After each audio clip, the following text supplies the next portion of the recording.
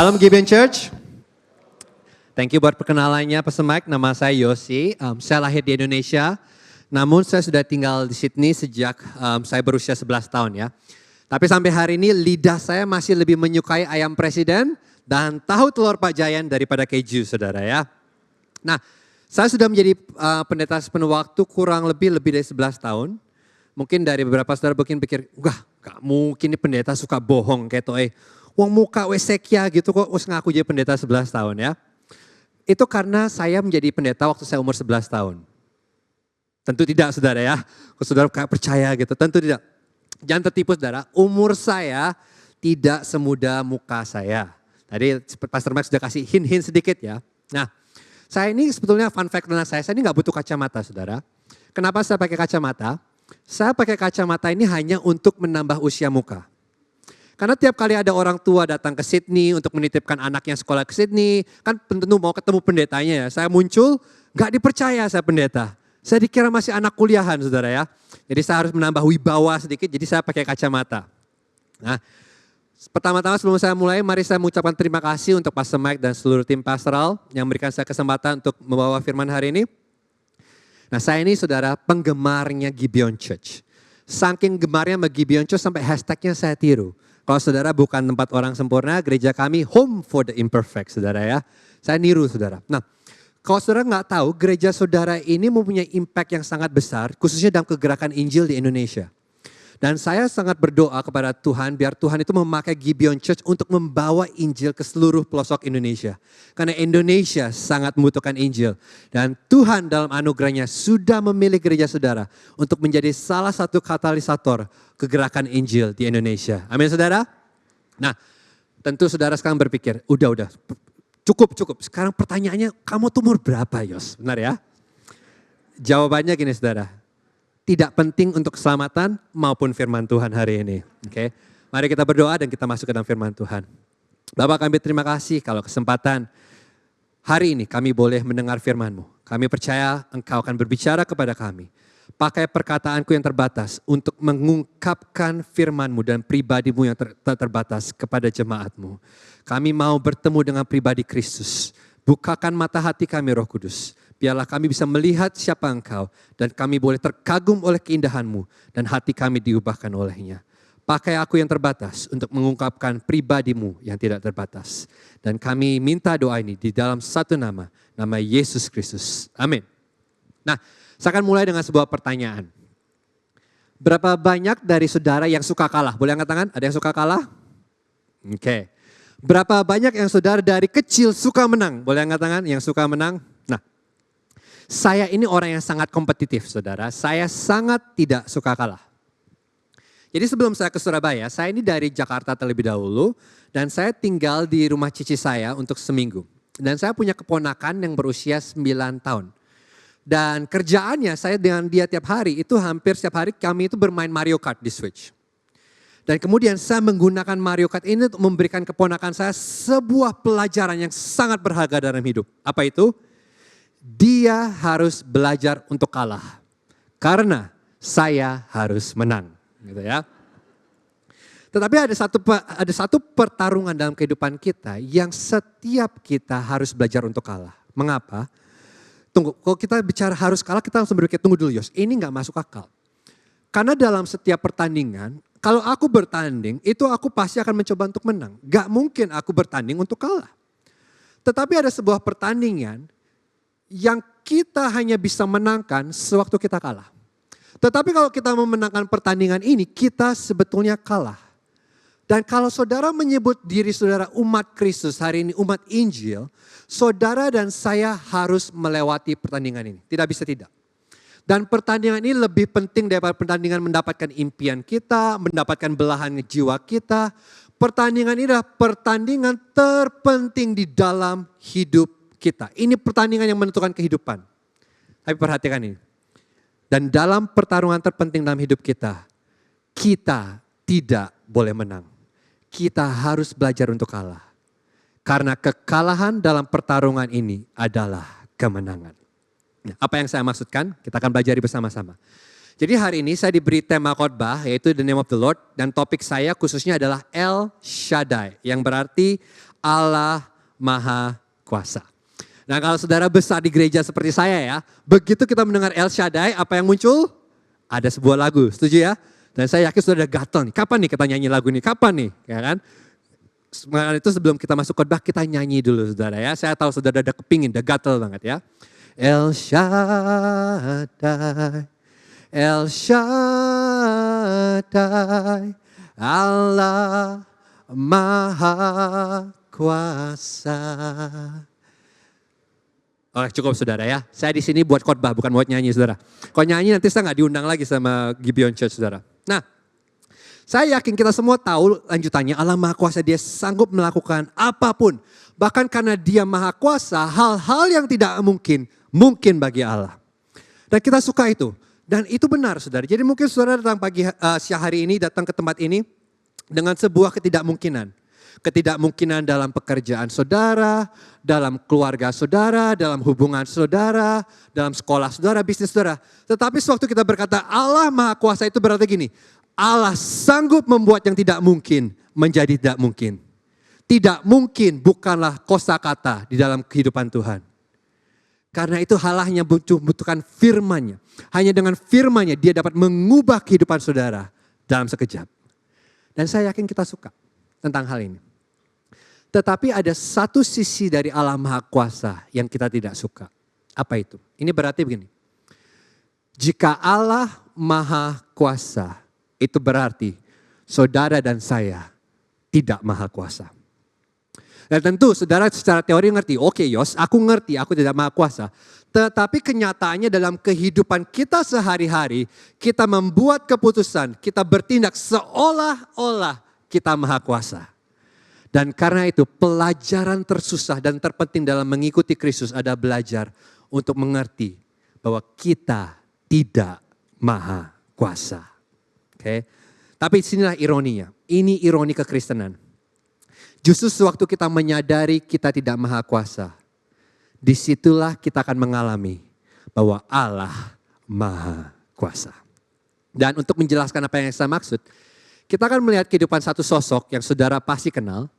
Dan kehidupan orang ini sangat menarik, kenapa? Karena dari awal kehidupannya sampai akhir kehidupannya kita hampir tidak menemukan dia itu melakukan sesuatu yang baik. Dia gagal, tetapi dia diberkati oleh Allah. Dan ini kehidupan orang ini sangat menarik karena ini menceritakan apa itu Injil yang sesungguhnya. Oke? Dan nama sosok ini adalah Yakub. Oke, kita akan lihat kehidupan Yakub bersama-sama. Dan saya membagi khotbah ini jadi 3 bagian ya. Nama yang lama, nama yang baru, dan berkat misi. Kita lihat yang pertama, nama yang lama. Untuk saudara mengerti bobot apa yang terjadi, bagaimana Yakub akhirnya mengerti Allah Maha Kuasa, kita harus mengerti dulu sejarah Yakub. Siapa dia? Yakub ini adalah putra dari Ishak dan Rebeka, yang berarti dia adalah cucu siapa saudara? Abraham. Dan kita tahu, Allah berjanji kepada Abraham, Abraham, melalui keturunanmu seluruh keluarga di muka bumi akan diberkati. Jadi dengan kata lain begini, bahwa dalam setiap generasi itu akan ada bibit mesianik yang akan dibawa oleh satu orang. Dan Mesias ini yang akan memberkati seluruh keluarga di bumi. Nah pertanyaannya adalah, siapa yang akan mewarisi bibit mesianik ini? Jadi Abraham punya 2 anak pria, namanya siapa? Ismail dan Ishak. Tentu saudara gampang milihnya. Pasti Ishak lah. Kan Ishak anak dari istri sah Abraham. Tidak mudah buat kita, tidak sukar untuk kita menerimanya. Pertanyaannya adalah, apa yang terjadi berikutnya? Ishak dan Rebeka mempunyai 2 anak kembar yang bernama Esau dan Yakub. Nah, ini kembar. Jadi pertanyaannya, siapa yang akan menerima berkat khusus ini? Dan secara budaya kita mengerti bahwa anak yang keluar terlebih dahulu, anak sulung itu akan mendapatkan berkat khusus. Dan siapa yang keluar duluan saudara? Esau. Tetapi yang aneh adalah begini, seakan-akan Yakub ini mengerti pentingnya untuk memiliki berkat ke anak sulungan. Yakub ini keluar kedua dengan memegang tumit kokonya, memegang tumit Esau. Sehingga akhirnya Yakub diberi nama Yakub yang artinya pemegang tumit atau pegulat. Dan arti lain dari nama Yakub adalah penipu. Nah, saya nggak pernah habis pikir ya, kenapa ada orang memberikan nama anaknya seperti ini. Contoh ya saudara, oh bayimu lucu sekali, siapa nama bayinya? penipu. Saudara mikir di otak, welek pol namanya ya. Ini nama jelek sekali, tetapi dua makna ini, pegulat dan penipu, ini adalah gambaran cerita Yakub. Karena Yakub sepanjang hidupnya dia terus bergulat dan dia terus menipu untuk mendapatkan apa yang dia inginkan. Jadi suatu hari, akhirnya tiba, Ishak harus memberkati Esau. Saudara tahu apa yang Yakub lakukan? Yakub mencuri berkat Esau dengan berpura-pura menjadi Esau. Jadi dia datang kepada papanya. Papa, papa, aku membawakan makanan yang kamu minta. Dan Ishak bertanya sebuah pertanyaan penting. Ishak berkata gini, siapa kamu? Dan Yakub menjawab, aku Esau, anak sulungmu. Dan dengan demikian Yakub mencuri hak kesulungan Esau. Yakub mencuri berkat Esau. Dan karenanya Esau marah dan Esau mau membunuh Yakub. Dan Yakub kabur pergi ke rumah pamannya Laban. Dan kita maju cepat beberapa tahun. Dan akhirnya Yakub ini menjadi orang yang kaya. Dan banyak hal yang terjadi dalam tahun-tahun itu. Contoh, dia jatuh cinta. Kemudian dia setuju bekerja sama 7 tahun untuk mendapatkan kekasih hatinya. Kemudian dia mengadakan pesta pernikahan. Kemudian hanya untuk bangun besok paginya dia lagi tidur, dia bangun. Kaget, siapa kamu? Oh kamu istriku tuh. Loh sayang, kok kamu mirip Paul ya sama cicimu kalau gak pakai makeup ya. Dan ternyata siapa itu? Itu ternyata Lea, kakak dari Rahel. Dan kemudian akhirnya Yakub setuju untuk bekerja 7 tahun lagi untuk mendapatkan Rahel. Jadi sekarang dia punya 2 istri. Dan 2 istri ini adik kakak. Dan adik kakak ini kemudian bersaing. Siapa yang dapat memberikan Yakub anak laki-laki paling banyak? Jadi kehidupan Yakub setelah itu apa? Jeblos, jeblos, sampai berapa anak? 12 anak laki-laki keluar. Wah, dan kemudian bukan cuma itu. Kemudian Yakub dan Laban sendiri ini bertanding, bergulat. Laban mencoba menipu gaji Yakub dan kemudian Yakub juga coba menipu Laban. Jadi ada 2 penipu handal yang saling menipu satu sama lain. Ya saudara mikir kok Alkitab seru ya? Iya memang, makanya baca No. Kan ini lebih seru daripada drama Korea saudara, percayalah. Dan kemudian setelah 20 tahun berlalu, Yakub meninggalkan rumahnya. Kemudian Allah menampakkan diri kepada Yakub. Dan Allah berkata, Yakub kembali ke rumah orang tuamu melewat mimpi ya. Allah menampakkan dirinya. Dan kemudian Yakub taat. Namun ada satu masalah besar. Saudara tahu apa nama masalahnya? Esau. Dan Yakub mengirim utusan untuk memberitahu Esau bahwa Yakub akan datang pulang ke rumah. Dan kemudian utusan itu kembali ke Yakub dan berkata, oke, Esau akan datang kepada kamu dan Esau membawa 400 orang pasukan. Bukan 4, bukan 40, berapa saudara? 400, ini pasukan besar. Jadi sekarang Esau datang bawa pasukan untuk menemui Yakub. Nah kalau saudara Yakub tentunya saudara akan berpikir, waduh mate iki. Ya Esau datang untuk membunuhku. Pasti, cuman itu ada yang ada di pikiran Yakub. Dan akhirnya untuk pertama kali dalam hidupnya, Yakub berdoa kepada Allah meminta pelindungan. Dan di malam terpanjang dan di malam tergelap dalam kehidupan Yakub, Yakub berdoa. Dia berkata, Tuhan kamu yang menyuruh aku balik ke rumah orang tuaku. Kamu yang menyuruh aku mengambil langkah iman ini. Dan sekarang aku taat. Kenapa malah Esau datang membunuhku? Aku butuh pelindunganmu, tolong aku Tuhan. Dan kemudian di tengah-tengah malam yang panjang dan gelap, sesuatu yang sangat aneh terjadi. Kejadian 32 ayat 24-27. Lalu tinggallah Yakub seorang diri. Dan seorang laki-laki bergulat dengan dia sampai fajar menyingsing. Ketika orang itu melihat bahwa ia tidak dapat mengalahkannya, ia memukul sendi pangkal paha Yakub. Sehingga sendi pangkal paha itu terpelecok ketika ia bergulat dengan orang itu. Lalu kata orang itu, biarkanlah aku pergi karena fajar telah menyingsing. Sahut Yakub, aku tidak akan membiarkan engkau pergi jika engkau tidak memberkati aku. Jadi di malam terpanjang kehidupan Yakub, tiba-tiba ada seseorang datang dan bergulat dengan Yakub. Siapa dia? Ternyata pribadi ini adalah Allah yang mengambil wujud manusia. Nah tapi pertanyaan gini saudara, kenapa kok Allah iseng banget bergulat sama Yakub? Apakah Allah lagi bosan main Nintendo Switch sama Gabriel sama Michael di surga dan berkata, aduh bosan nih main Mario Kart, aku tak turun ke bumi sih ya, tak gulete sama Yakub. Apa itu yang terjadi? Tentu tidak. Karena yang terjadi di sini adalah begini, Allah sedang mengejar Yakub. Karena sebelum pertemuan Yakub dengan Allah di malam ini, Yakub tahu tentang Allah. Dia sudah mendengar tentang Allah dari papanya Ishak, dari kakeknya Abraham, dia tahu. Bahkan dia sudah menerima janji Allah dalam mimpi. Jadi dia tahu tentang Allah, dia menerima janji Allah, dan bahkan dia sudah mengalami berkat Allah. Dia menjadi kaya dan dia memiliki banyak anak. Namun ada satu hal yang Yakub tidak miliki. Yakub tidak mengenal Allah. Yakub tahu tentang Allah, dia menerima janji Allah, dia mengalami berkat Allah, namun dia tidak mengenal Allah. Dan ini kekhawatiran saya hari ini. Seringkali ada banyak orang datang ke gereja, ada banyak umat Kristus yang ada di gereja, yang tahu tentang Allah, tahu janji Allah, bahkan mengalami berkat Allah, tetapi tidak mengenal Allah. Saudara sangat mungkin ya, rajin ke gereja, praise and worship, angkat tangan, bahkan menangis. Tetapi kalau saudara jujur, di dalam hati saudara, saudara tidak mengenal Allah. Tapi kabar baiknya adalah gini, Allah yang sama yang mengejar Yakub sedang mengejar Anda hari ini. Jadi kemudian ceritanya begini. Pada malam tergelapnya sesuatu yang tidak terduga terjadi. Yang Yakub inginkan dari Allah apa? Perlindungan. Perlindungan dari Esau. Tetapi kemudian jawaban doa Yakub bukanlah perlindungan, tetapi jawaban Allah atas doa Yakub adalah sebuah pertarungan. Allah datang dan bergulat dengan Yakub. Dan saudara perhatikan ini. Siapa yang memiliki inisiatif untuk bergulat? Bukan Yakub. Yakub gak pernah ingin bergulat dengan Allah. Tetapi Allah lah yang datang dan mencari Yakub dan bergulat dengan Yakub. Pada saat terlemah dan saat paling rapuh dalam kehidupan Yakub, Allah menyerang Yakub. Mengapa? Perhatikan ini. Karena yang Yakub inginkan adalah perlindungan. Tetapi yang Allah inginkan adalah Yakub. Gibeon Church, dapatkan ini. Ada saatnya Allah akan menyerang Anda. Ada kalanya dia akan menjawab doa Anda dengan jawaban yang aneh, pertarungan. Dan Allah tidak bertarung dengan Anda untuk membunuh Anda.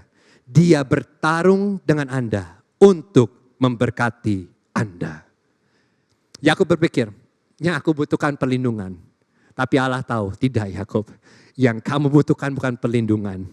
Yang kamu butuhkan adalah aku.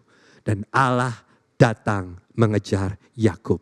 Dan Allah yang sama sedang mengejar banyak dari Anda hari ini. Jadi kemudian Yakub dan Allah mulai bergulat sepanjang malam ya. Nah, ini menarik.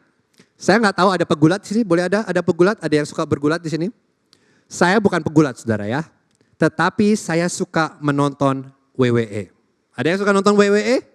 If you smell, gitu ya. Wah nggak ada yang tahu ya, beda generasi ya. Oke, saya suka nonton WWE saudara. Karena itu saya tahu gulat itu tidak mudah. Dan karena saya suka nonton WWE, saya tuh tahu beberapa gerakan gulat. Jadi sewaktu keponakan saya masih umur 5 atau 6 tahun, yang saya lakukan adalah, jangan ditiru, saya mengangkat dia dan saya banting dia ke ranjang berkali-kali. Dan dia berkata, lagi QQ, lagi QQ. Nah, saya penting mengatakan ini, kenapa? Karena ini bukan tindakan penindasan anak saudara ya. Dia yang minta, dia yang suka. Dan saya lakukan ini selama 10 menit dan kemudian tangan saya mulai kram, mulai capek, saya lelah. Pergulatan itu adalah olahraga yang melelahkan. Tetapi di sini kita temukan bahwa Allah dan Yakub bergulat berapa lama? Bukan 10 menit, bukan 1 jam, tapi apa? Sepanjang malam. Jadi kita tahu ini adalah pertarungan antara hidup dan mati. Ini bukan bercanda. Ini pertarungan serius. Allah bergulat dengan Yakub. Dan ini yang menarik. Sepanjang hidup Yakub, Yakub selalu bergulat untuk mendapatkan apa yang dia inginkan. Dia bergulat dengan Esau, dia bergulat dengan Laban, dia bergulat dengan istrinya. Dan pada akhirnya dia selalu mendapatkan apa yang dia inginkan. Dia menang. Jadi pergulatan ini adalah perumpamaan hidup Yakub. Dan sekarang Allah datang dan bergulat dengan Yakub. Namun kali ini berbeda. Yakub tidak bisa menang. Gak peduli seberapa keras dia mencoba, gak peduli seberapa keras dia berusaha untuk menang. Gak peduli jurus bantingan apa yang dia pakai, Yakub gak bisa menang. Tetapi yang membuat saya heran itu bukanlah karena Yakub tidak bisa menang. Yang membuat saya heran adalah kenapa Allah bergulat sepanjang malam. Saudara pikirkan itu? Karena kalau saudara tahu ceritanya, berikutnya terjadi Allah menang dengan sangat mudah. Tapi kenapa Allah dengan sengaja bergulat sepanjang malam dengan Yakub? Apakah karena Yakub terlalu kuat? Tentu tidak. Perhatikan ini. Kita tidak akan pernah tahu siapa Allah sampai kita melawan Allah dengan seluruh kekuatan kita dan menjadi sangat frustrasi karena ketidakmampuan kita untuk mengalahkan Allah. Mari saya jelaskan. Begini ya. Kalau pendeta boleh jujur, kalau Pastor Mike boleh jujur, kalau siapapun yang berkhotbah boleh jujur, saudara akan mengerti bahwa gini, Pastor Mike boleh berkhotbah ribuan kali. Gibeon Church yang saudara butuhkan adalah pribadi Allah. Tapi Allah, Anda dengarnya ya sudah gitu ya. Bahkan ada yang ketiduran gitu ya. Kenapa? Karena khotbah tidak bisa membuat saudara mengerti bahwa Allah lah yang saudara butuhkan. Kenapa? Karena kita semua itu dilahirkan di dalam dosa. Dan karena natur dosa kita selalu berpikir begini, bahwa kita ini maha kuasa. Bahwa kita ini mempunyai keinginan dan apapun yang kita inginkan kita mau dapatkan. Dan kita berpikir bahwa kita selalu bisa mencapai apa yang kita inginkan kalau kita mau.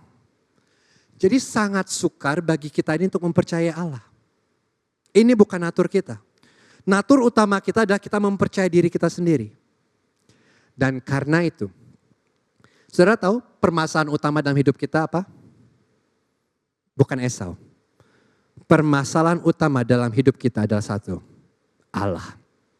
Apa maksudnya? Saya buktikan ya. Saudara ingat ya, satu penyesalan terbesar dalam kehidupan saudara. Saya tahu kalau saudara sudah ubanan, wakeh pilihannya ya. Satu aja. Pilih satu pengalaman yang saudara sangat sesali. Ya. Sudah saudara? Mari saya beritahu apa yang terjadi. Penyesalan itu datang karena saudara menolak untuk percaya kepada Allah. Saudara tahu apa yang Allah katakan. Tetapi pada saat bersama saudara juga punya keinginan. Dan kemudian keinginan ini bertolak belakang dan saudara mulai bergulat dengan Allah. Saudara mulai bertanding dengan Allah sepanjang malam. Dan tetapi pada akhirnya saudara memutuskan untuk menang. Saudara memutuskan untuk melakukan apa yang saudara inginkan. Dan saudara kira saudara menang. Tetapi tidak lama kemudian saudara menyesal. Apakah benar? Saudara mengira permasalahan saudara adalah Esau. Bukan. Allah. Tapi mari kita lihat sebaliknya juga. Coba sekarang saudara pikir, sekarang satu bagian kehidupan saudara, satu kejadian yang paling merubah kehidupan saudara. Satu saja ya. Sudah? Saya beritahu apa yang terjadi. Saudara punya keinginan. Allah punya keinginan.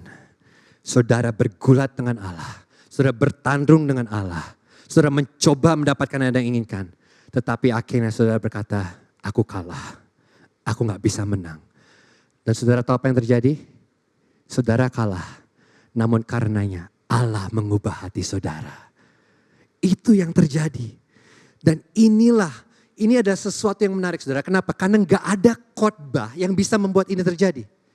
Karena itu, perhatikan, adalah kasih karunia dan kebaikan Allah yang menempatkan dirinya sebagai musuh kita untuk bergulat dengan kita dan mengubah kita. Karena satu-satunya cara kita itu bisa akhirnya mengerti bahwa Allah itu penuh kasih. Satu-satunya cara kita bisa mencicipi kasih karunia Tuhan. Satu-satunya cara kita akhirnya bisa menyadari bahwa Dia Maha Kuasa, itu adalah sewaktu saudara sudah bergulat dengan Dia sepanjang malam. Sewaktu saudara sudah mencoba untuk menang dengan semua kekuatan saudara. Saudara mencoba sebisa saudara. Ketika saudara frustasi, saudara kecewa, saudara lelah. Ketika saudara sudah gak bisa melakukan apapun. Barulah saudara sadar dengan siapa saudara bergulat. Dan ini gak bisa terjadi melalui khotbah. Ini adalah pelajaran yang hanya kita bisa pelajari melalui frustrasi dan kelemahan. Dan Allah dalam kasih karunia-Nya dengan sengaja menjadikan diri yang musuh kita dan bergulat dengan kita sepanjang malam untuk menunjukkan ini. Dan mungkin bagi beberapa dari saudara, mungkin saudara sudah rajin ke Gibeon. Tetapi saudara belum merasakan pribadi Allah. Saudara belum mengenal, aku belum merasa itu, hatiku belum mengenal Allah. Mari saya beritahu kenapa. Mungkin karena saudara belum cukup frustrasi. Karena saudara belum cukup bertanding dengan Allah sampai saudara gak kuat lagi. Dan akhirnya saudara berkata, aku menyerah. Kenapa? Karena justru karena saat itulah dan hanya saat itulah Anda akan mengetahui Allah Maha Kuasa. Kita lanjut ya. Dan akhirnya setelah bergulat sepanjang malam, Allah ini nyadar, waduh Yakub ini gak pernah mau menyerah. Jadi apa yang Allah lakukan? Allah menggunakan sebagian kecil dari kekuatannya. Nah kalau di bahasa Indonesia dikatakan Allah memukul Yakub. Sebenarnya ini kurang tepat. Tapi terjemahan aslinya adalah Allah menyentuh Yakub. Saudara bisa bedakan perbedaannya ya.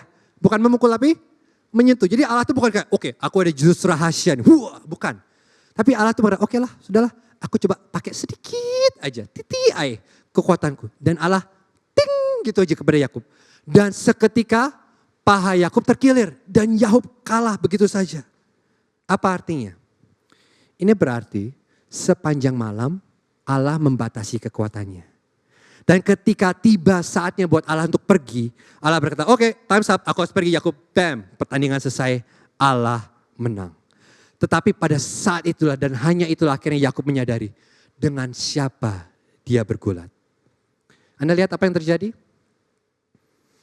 Allah harus menghancurkan kekuatan Yakub terlebih dahulu. Sehingga Yakub akhirnya berhenti bergulat dan mulai memeluk Allah. Dan inilah pelajaran bagi kita, Gibeon Church. Kita harus belajar memeluk sentuhan Allah. Dan yang saya maksud sentuhan bukan begini ya. Bukan waktu saudara yang nyanyi di gereja, angkat tangan menangis dan berkata apa? Dia jamah, oh dia jamah. Bukan itu. Sentuhan Allah itu sewaktu Allah akhirnya menunjukkan sedikit dari kekuatannya. Sedikit dari pribadinya kepada kita. Dan dia menghancurkan kita. Kenapa? Bukan karena dia membenci kita. Oh tidak. Allah tidak bermain adil. Allah tidak membutuhkan izin kita untuk menghancurkan hidup kita. Dan mengubah kita melaluinya. Dia adalah Allah. Dan akhirnya Yakub sangat kesakitan dan Yakub tidak kuat lagi. Dan Allah berkata, oke, sudah waktunya aku pergi. Bye-bye Yakub, waktu sudah pergi, habis, aku harus cabut. Dan saudara tahu Yakub berkata apa? No. Aku tidak akan membiarkan kamu pergi sampai kamu memberkati aku. Inilah yang dikatakan Yakub. Yakub berkata ini, aku sangat kesakitan sekarang. Aku tidak berdaya. Aku sudah hancur, aku sudah tidak punya kekuatan lagi. Tapi sekarang aku tahu siapa kamu. Dan karena aku sudah tahu siapa kamu, aku gak bisa kembali ke kehidupanku yang lama. Aku gak bisa lagi mengandalkan kekayaanku, keluargaku, kekuatanku. Oh no, semua sudah hancur. Aku sudah tidak punya apa-apa lagi yang bisa aku andalkan. Karena itu, aku tidak akan membiarkan kamu pergi sampai kamu memberkati aku. Saudara perhatikan apa yang terjadi? Sentuhan Allah lah yang mengubah ketergantungan diri Yakub kepada dirinya sendiri menjadi iman kepada Allah. Hanya ketika Yakub tidak berdaya, dia akhirnya belajar untuk pertama kali untuk berpegang teguh kepada Allah yang Maha Kuasa. Apa maksudnya bagi kita? Ini begini. Ini berarti saudara dan saya jangan membenci sentuhan Allah. Seringkali justru di masa-masa penderitaan, di masa-masa sakit, di masa-masa kita tidak mengerti, di masa-masa kita merasa sepertinya Tuhan memojokkan kita. Justru di masa-masa itulah untuk pertama kali yang mungkin kita belajar untuk berpegang teguh kepada El Shaddai, Allah Maha Kuasa. Saudara mengikuti saya sampai sini? Kita lihat kemudian yang kedua ya, ini yang indah sekali. Yakub bukan hanya punya nama yang lama, kemudian dia berikan nama yang baru. Ayat 27-29. Bertanyalah orang itu kepadanya, siapakah namamu? Sahutnya, Yakub. Lalu kata orang itu, namamu tidak akan lagi disebutkan lagi Yakub, tetapi Israel, sebab engkau telah bergumul melawan Allah dan manusia dan engkau menang. Bertanyalah Yakub, katakanlah juga namamu, tetapi sahutnya, mengapa engkau menanyakan namaku? Lalu diberkatinya Yakub di situ. Jadi setelah Allah melihat respon Yakub dan Yakub akhirnya mengaku kalah, Allah berkata gini, siapakah namamu? Saudara ingat pertanyaan ini? Karena bertahun-tahun yang lalu ada satu sosok yang bertanya kepada Yakub pertanyaan yang mirip. Dan sosok ini bertanya, siapa kamu? Dan Yakub berkata apa? Aku Esau, anak sulungmu. Tetapi sekarang di hadapan Allah, Yakub gak berdaya. Yakub sudah gak bisa lagi bergulat, Yakub sudah tidak bisa lagi menipu. Dan sewaktu Allah bertanya siapa namamu, saudara harus mengerti ini. Allah tidak mencari informasi baru. Allah tahu persis siapa nama Yakub. Allah mengenal Yakub lebih daripada Yakub mengenal dirinya sendiri. Jadi sewaktu Allah bertanya kepada Yakub, siapa namamu? Yang Allah cari bukan informasi. Yang Allah cari adalah Yakub, akui siapa kamu di hadapanku. Dan akhirnya Yakub berkata, namaku Yakub, bukan Esau, Yakub. Dan akhirnya Yakub berkata, aku seorang penipu, aku seorang pegulat, aku sudah mencoba untuk mendapatkan yang aku inginkan dengan cara sendiri bertahun-tahun. Dan aku bisa, tapi hari ini aku sudah tidak berdaya lagi, aku tidak kuat lagi, aku seorang penipu, namaku Yakub. Dan waktu Allah mendengar nama Yakub, Allah tersenyum dan berkata, mulai hari ini namamu bukan lagi Yakub. Aku akan memberikan kamu nama yang baru. Kamu bukan lagi penipu. Mulai hari ini kamu adalah Israel. Dan di situ Allah memberkati Yakub. Dan untuk pertama kalinya dalam hidupnya akhirnya Yakub mendapatkan berkat yang selama ini dia cari. Tapi di sini yang menarik saudara. Allah memberikan Yakub nama yang baru, identitas yang baru. Sejak saat itu Yakub tidak lagi dikenal sebagai Yakub tapi sebagai siapa? Israel. Namun yang menarik bukan nama baru itu, tetapi nama yang menarik adalah alasan mengapa nama baru tersebut diberikan. Allah berkata gini, Yakub, aku akan memberikan kamu nama yang baru. Kenapa? Karena kamu telah bergumul dengan Allah dan manusia dan menang. Tunggu dulu saudara. Apa maksudnya Yakub menang? Oke, ini gak masuk akal. Katakanlah beginilah. Definisi menang saya berbeda dengan definisi yang Allah katakan. Katakanlah saya bergulat dengan pendeta katekismus dari Gibeon Church, Pak Haryadi. Katakanlah saya bergulat dengan Pak Haryadi. Dan pergulatan ini berakhir dengan saya tidak berdaya di lantai dan minta belas kasihan. Pak Haryadi tolong saya, tolong saya. Buat saya ini namanya bukan menang, ini namanya kalah telak. Setuju saudara? Dan ini yang terjadi dengan Yakub. Yakub tidak berdaya dan kalah telak di hadapan Allah. Yakub kalah tetapi Allah berkata, Yakub, kamu sudah bergulat melawan Allah dan manusia. Kamu sudah menipu orang-orang untuk mendapatkan apa yang kamu inginkan. Tetapi sekarang kamu tidak berdaya. Kamu lemah. Aku telah melumpuhkanmu. Tetapi aku akan memanggilmu orang yang bertarung dengan Allah dan menang. Ini aneh. Apa maksudnya? Jangan lewatkan saudara. Ini pelajaran terpenting dalam cerita ini. Yakub memenangkan pertarungan dengan cara kalah dalam pertarungan. Ada pertarungan yang hanya bisa kita menangkan dengan kekalahan. Yakub kalah. Tetapi sewaktu Yakub kalah, Allah menyatakan dia menang. Karena dengan kekalahan dalam pertarungan terpenting ini, Yakub memperoleh sesuatu yang dia butuhkan dalam hidupnya. Yakub menerima berkat Allah yang sesungguhnya. Dan sewaktu kita berbicara berkat Allah, kita gak berbicara tentang berkat materi, kesehatan dan lain-lain. Karena kalau saudara lihat yang terjadi, setelah pergulatan ini Yakub akan kehilangan sebagian besar kekayaannya kepada Esau. Dan setelah pertarungan ini Yakub akan terus pincang seumur hidupnya. Dia akan berjalan dengan pincang. Jadi Yakub tidak mendapatkan kekayaan maupun kesehatan. Tapi saudara tahu apa yang Yakub dapatkan? Berkat terbesar yang bisa diterima oleh Yakub. Bukanlah kasih dari Rahel, bukanlah pengakuan dari Ishak, bukanlah hal-hal yang lain.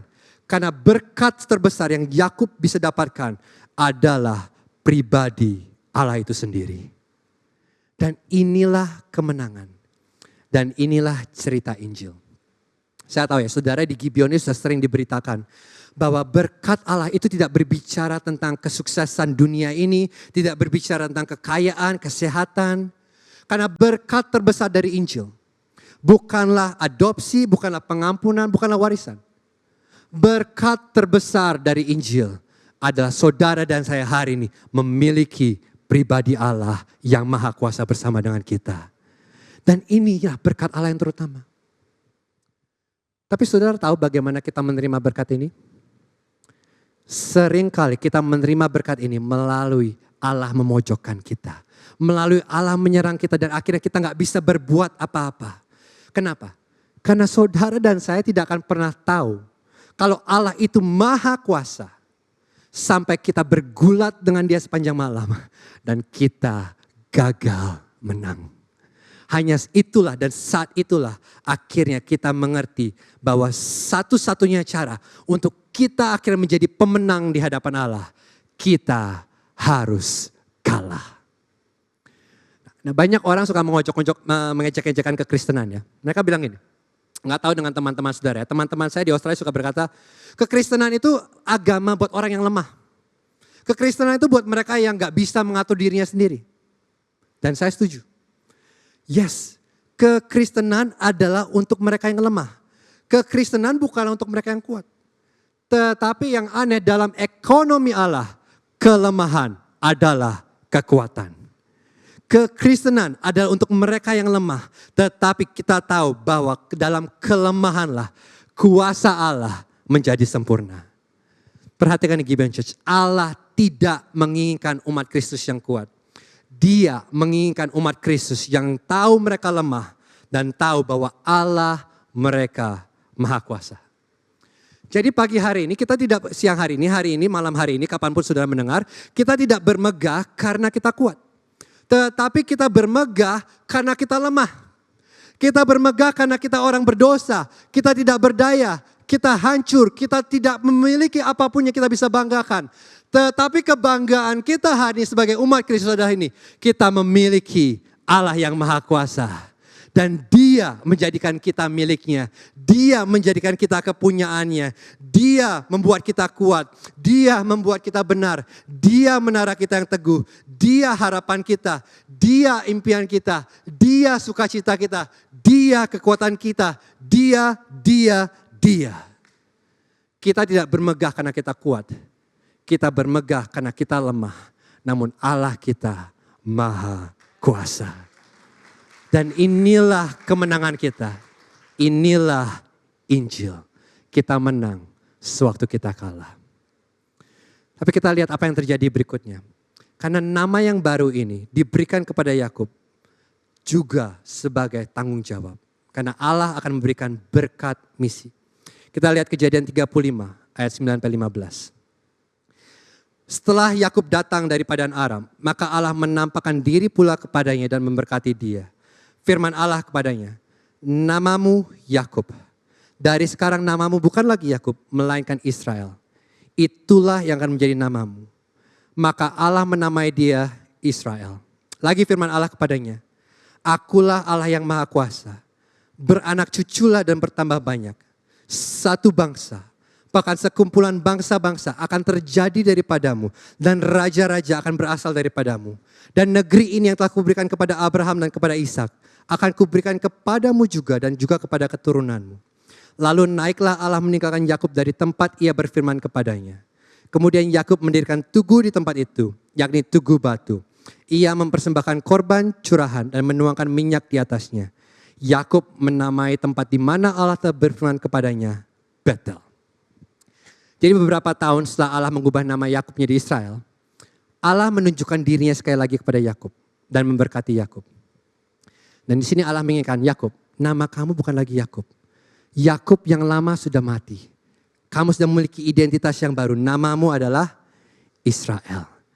Dan kemudian Allah memberikan sebuah perintah. Dan perintah itu adalah beranak cuculah dan bertambah banyak. Karena dari keturunanmu Yakub akan lahir satu bangsa. Bahkan bangsa-bangsa dan banyak raja-raja akan muncul.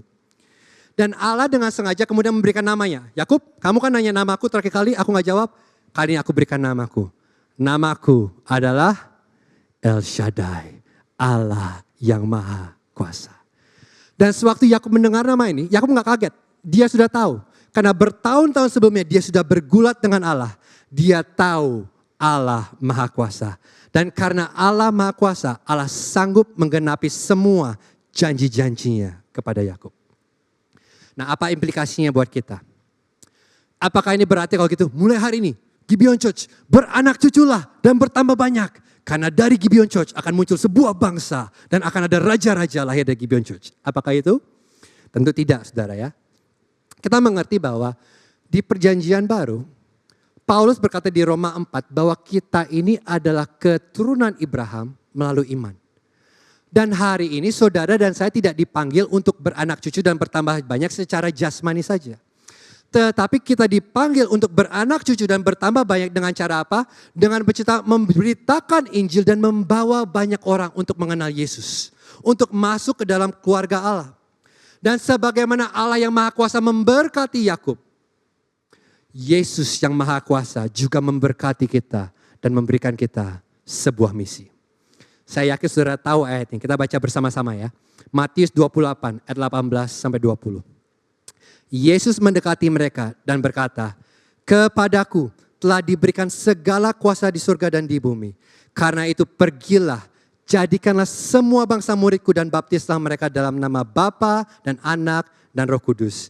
Dan ajarlah mereka melakukan segala sesuatu yang telah kuperintahkan kepadamu. Dan ketahuilah, aku menyertai kamu senantiasa sampai kepada akhir zaman." Saudara lihat apa yang terjadi? Yesus ini berkata bahwa semua kuasa di surga dan di bumi sudah diberikan kepada dia. Jadi dia mengambil mantel Yahweh, Allah yang Maha Kuasa, dan dia berkata sekarang, seperti Yahweh mengutus Yakub, sekarang aku mengutus kamu untuk membawa kabar baik Injil ke seluruh muka bumi. Sampai semua orang mengenal Yesus Kristus adalah Tuhan. Yang berarti begini, kalau saudara menaruh iman saudara kepada Kristus hari ini, setiap saudara adalah misionaris. Saudara dipanggil untuk jadi misionaris ke keluarga saudara, ke tempat kerja saudara, ke sekolah saudara, ke tetangga saudara, lingkungan saudara. Saudara adalah misionaris. Dan ini janji Yesus yang sangat indah. Dia berkata gini, sewaktu kita berjalan melakukan misinya, dia berkata gini, aku akan menyertai engkau senantiasa.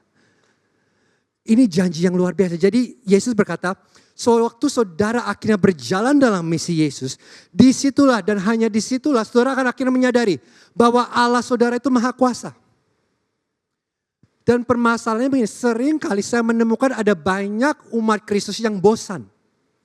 Mereka bosan dengan kehidupan mereka sehari-hari, Senin sampai Sabtu, kemudian Minggu ke gereja, sepertinya begitu saja. Bosan dengan kekristenan. Mengapa?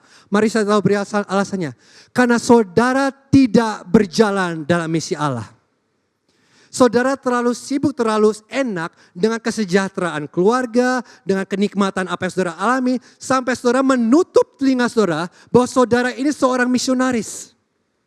Dan karenanya, saudara tidak pernah mengalami kekuatan Allah yang Maha Kuasa.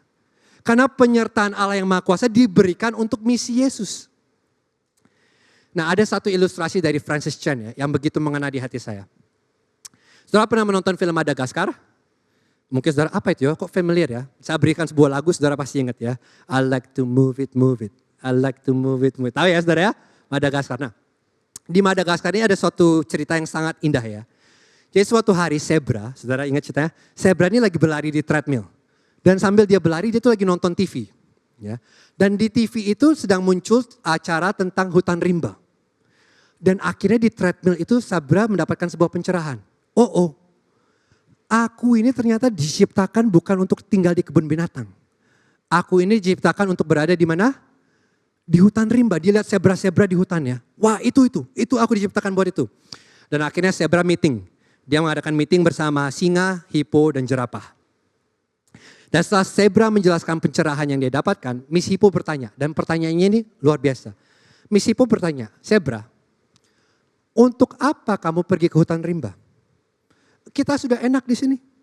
Kita nyaman. Kita nggak perlu cari makanan. Makanan datang ke kita. Yang ingat saudara? Yang Miss Hippo berkata, yang kita perlu lakukan hanyalah kita beraksi. Kita main-main. Pengunjung suka sama kita dikasih makan.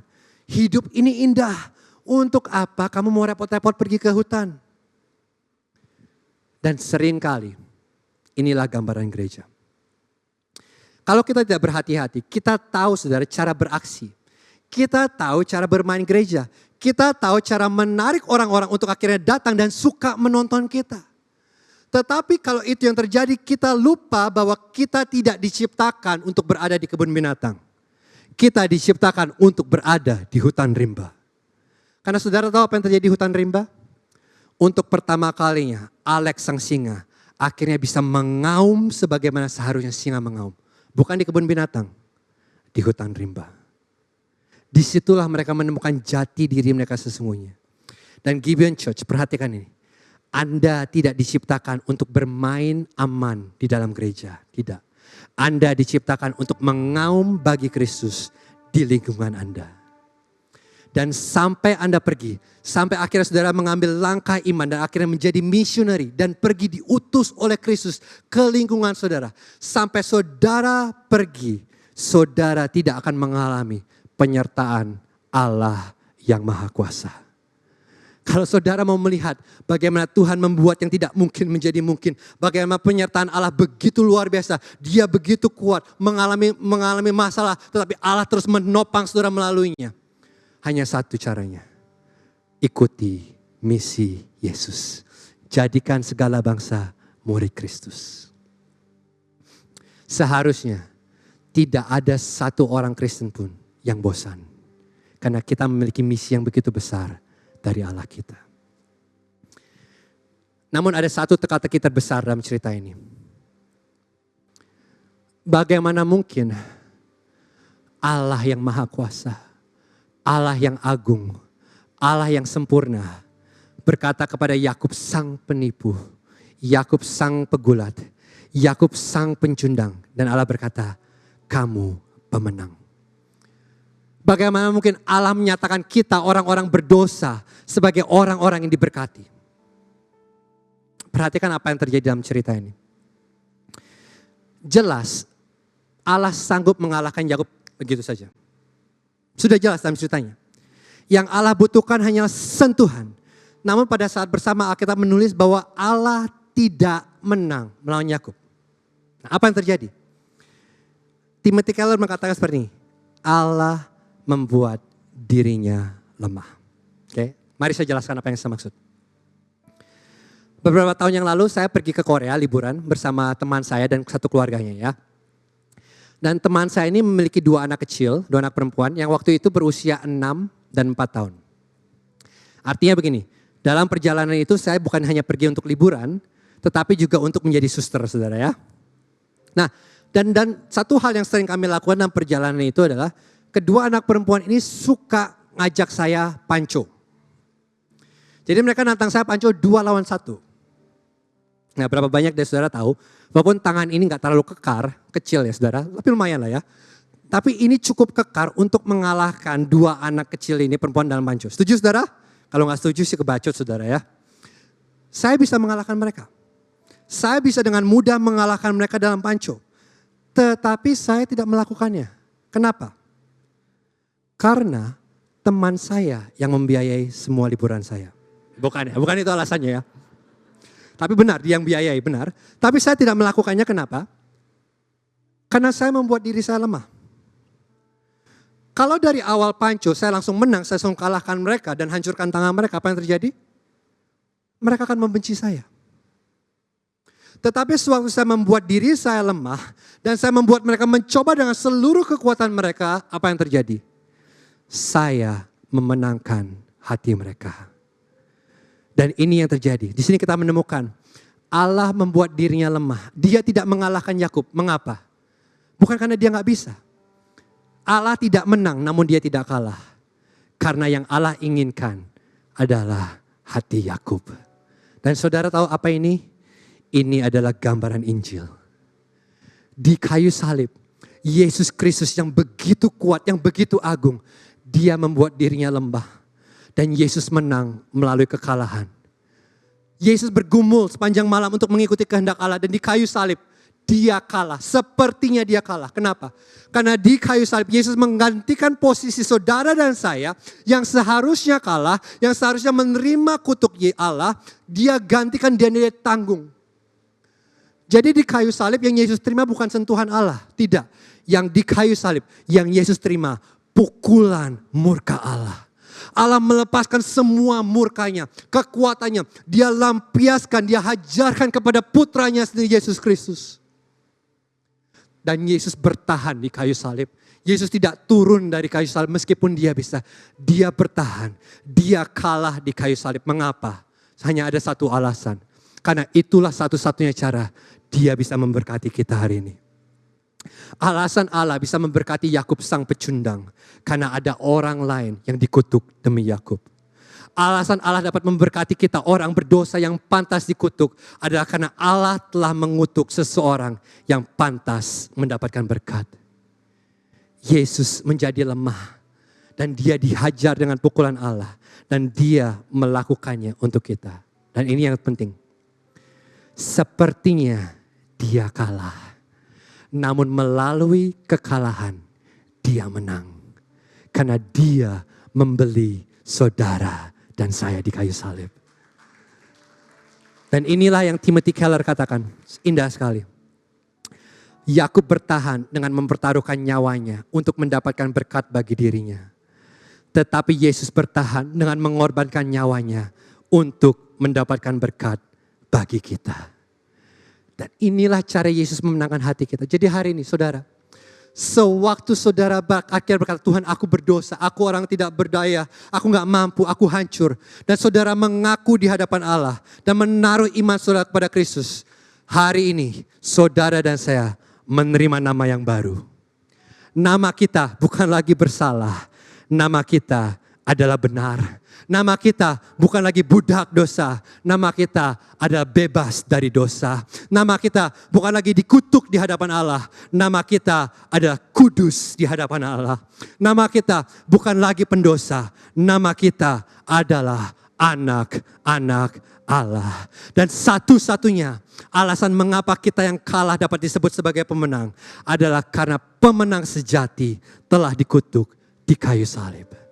Pertanyaannya hari ini, apakah Anda sudah melihat Yesus bertahan di kayu salib untuk memberkati Anda?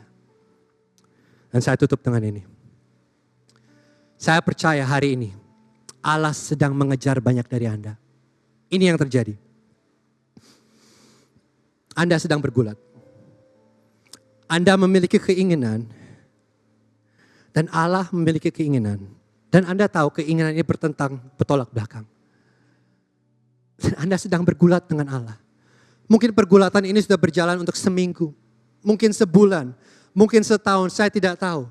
Tetapi saudara lelah. Saudara frustrasi. Saudara mencoba untuk menang. Tetapi saudara gak bisa menang. Karena Allah tidak mengizinkan Anda menang. Dan encouragement saya hari ini adalah gini. Kita harus belajar untuk kalah.